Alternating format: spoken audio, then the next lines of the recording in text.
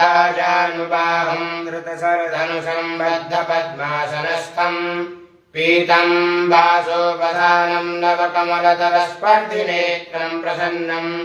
वामाङ्कारूढसीतामुखकमलमिलल्लोचनं नीरदाभं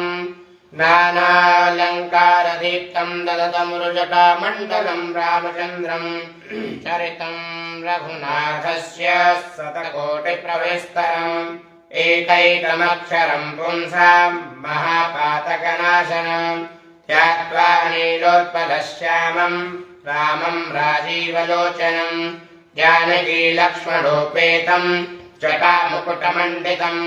सासीतोमित्रवत्सरः जिह्वां विद्यानिधि पातु कण्ठं भरतवन्दितः स्कन्धौ दिव्यायुधः पातु भुजौ भग्नेशकार्मुकः करौ सीतापति